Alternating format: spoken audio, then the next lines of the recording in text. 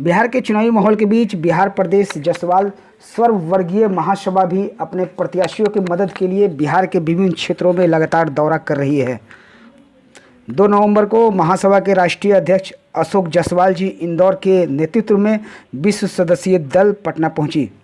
20 सदस्यीय दल में महासभा के राष्ट्रीय महासचिव अटल कुमार गुप्ता, विपिन जायसवाल, शैलेंद्र जायसवाल, कपिल जायसवाल, कैलाश जायसवाल, मोहन जायसवाल, राजकुमार जायसवाल, शंभू जायसवाल, संजय चौधरी आदि नेता शामिल थे।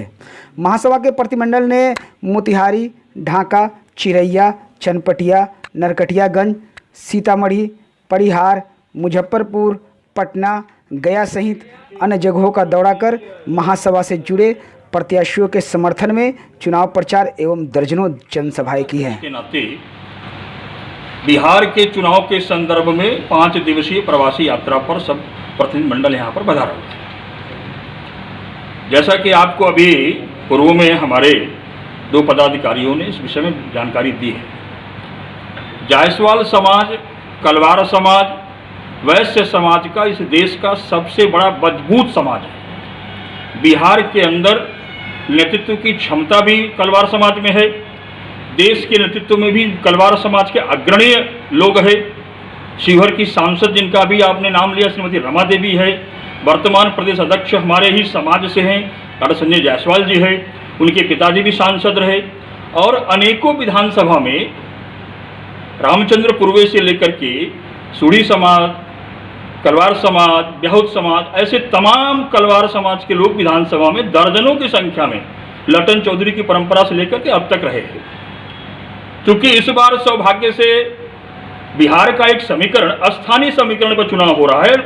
मतलब ये देखा गया कि क्षेत्रीय दल क्षेत्रीय विषयों पर, सामाजिक विषयों पर, राष्ट्रीय विषयों को गौण करके भी स्थानीय विषय जो खड़े हैं उन पर चुनाव लड़ रहे हैं। हम सबके दौरे में ये समझ में आया कि काम के आधार पर वोट का इस बार निर्णय होने वाला है। राष्ट्रवाद मुद्दा नहीं है, विकास और रोजगार बिहार की धरती पर है। समाज के दर्जनों लोगों को टिकट मिला है, तो अखिल भारतीय नेतृत्व का भी कर्तव्य बनता है।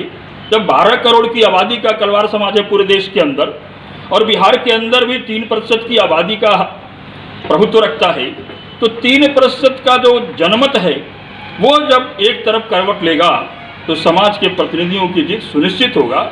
यह प्रयास करने का काम बिहार प्रदेश जायसवाल सर्ववर्गीय महासभा के तमाम पदाधिकारी यहाँ बैठे हैं। उन लोगों ने अखिल भारतीय नेतृत्व के साथ इंदौर से चलकर, कोयम्बटूर से चलकर अटल जी, इंदौर से अशोक जी, कानपुर से कपिल जी, दिल्ली से मैं, राष्ट्रीय युवा अध्यक्ष अहमदाबाद से, ऐसे भारतवर्ष के 12 करोड़ लोगों के प्रतिनिधित्व करती हुई अखिल भारतीय जायसवाल सर्ववर्गीय महासभा, जिसके राष्ट्रीय अध्यक्ष भाई अशोक जायसवाल जी जो हमारे बगल में बैठे हैं, इंदौर से पधारे हैं। मैं राष्ट्रीय महासचिव अटल कुमार गुप्ता। बिहार में जब चुनाव की घोषणा हुई तो हमारा जो संगठन है उसने इस बात का निर्णय लिया कि हमारे जो स्वजातीय बंधु बिहार के विधानसभा में चुनाव लड़ रहे हैं उनके प्रचार प्रसार और सहयोग के लिए राष्ट्रीय स्तर का एक प्रतिनिधिमंडल बिहार के चुनाव अभियान पर भेजा जाए। इस बात को मद्देनज़र रखते हुए देश के कोने कोने से लगभग 15 लोग, हमारे राष्ट्रीय कार्यकारी अध्यक्ष, हमारे पटना के जो पदाधिकारी हैं वो सब मिलकर लगभग 20 लोग हम लोग 31 तारीख से बिहार की पूरे क्षेत्र में घूम रहे हैं।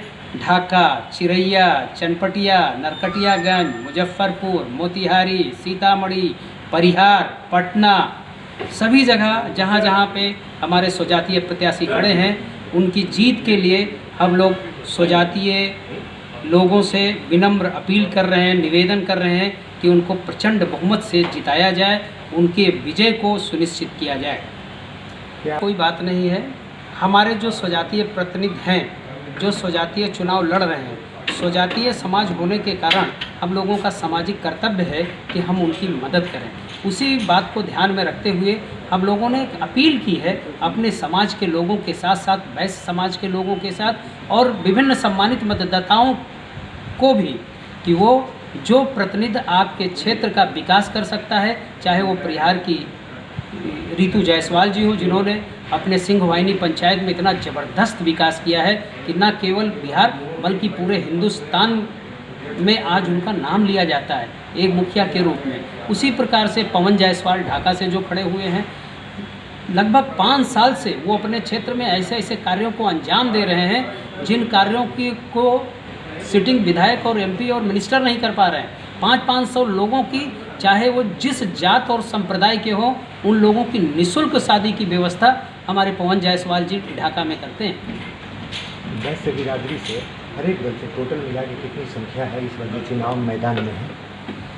हमारे स्वजातीय लोगों को 20 लोगों को टिकट दिया गया है और 20 में हमारा जहाँ तक ख्याल है कि लगभग सभी लोग फाइट में हैं और सभी लोग बहुत अच्छे पोजीशन में हैं और सभी की जीत सुनिश्चित है। ऐसे तमाम लोग स्थानीय इकाइयों के स्वच्छ है, इसलिए हम तमाम समाज के लोगों से बैस हो चाहे कुशवाहा हो, इससे अब ये बात नहीं है।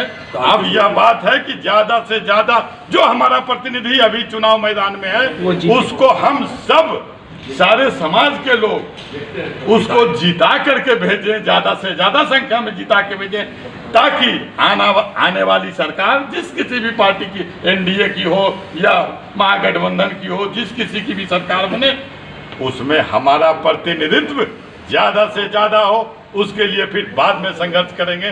अभी मैं यही अपील करके अपनी बात समाप्त करता हूँ कि ज्यादा से ज्यादा लोगों को, 100% लोगों को, वैश्य समाज के लोगों को जिताइए।